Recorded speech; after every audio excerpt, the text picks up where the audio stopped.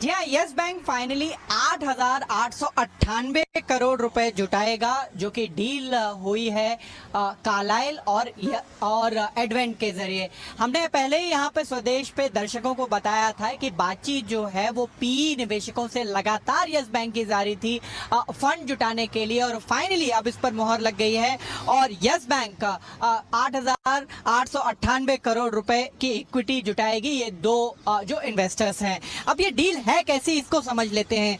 Yes bank 369 crore shares issue करेगा 13.78 पर share के हिसाब से दोनों ही इन्वेस्टर्स को, एडवेंट और कार्लाइल। साथ ही साथ क्यूमुलेटिवली 256 करोड़ शेयर के वारंट्स भी इशू किए जाएंगे। ये होगा 14.82 पर वारंट। तो इस हिसाब से ये कॉम्प्लेक्स डील साइन की गई है। मोटा मोटा बात यह है कि यस बैंक अभी 8,898 करोड़ रुपए जुटा पाएगा 10% स्टेक बेचने से। जी हाँ, बिल्कुल।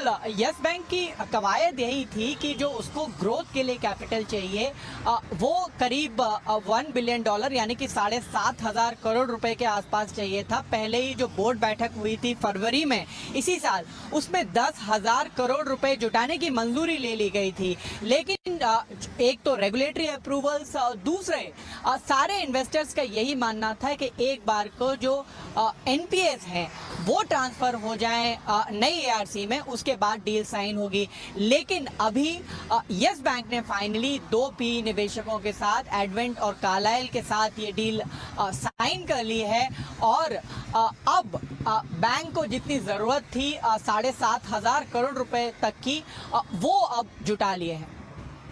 आप एनालिस्ट नहीं है अंकुर, लेकिन जो फिगर्स आपने बताई है, जो भी डील का खाका बताया है, क्या स्ट्रीट्स को पसंद आएगा?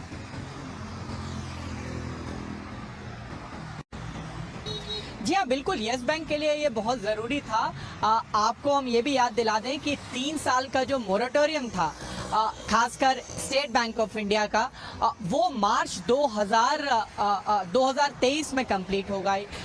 शर्त ये थी कि मार्च 2023 तक एसबीआई अपना स्टेक 26% के नीचे नहीं बेच सकता है। तो वो जब लॉक इन पीरियड खत्म हो जाएगा, उसके बाद अगर एसबीआई अपना शेयर बेचता है तो यस बैंक के पास मौका है और पैसा जुटाने का। लेकिन करंट फाइनेंशियल ईयर में रिक्वायरमेंट ये थी करीब 7 से 8,000 करोड़ रुपए जुटाए जाएं, तो उसके लिए पी निवेशकों को तलाशा जा रहा था और फाइनली अब एडवेंट और कार्लाइल के साथ ये डील डन है। अब इम्पॉर्टेंट चीज़ यहाँ पे ये भी है कि जो साथ ही साथ एआरसी डील चल रही है उसको भी अगले 2 से 2.5 महीनों में कंप्लीट होना पड़े, ताकि ये जो इक्विटी और वारंट कन्वर्जन पर ये डील हुई है वो पूरी हो सके।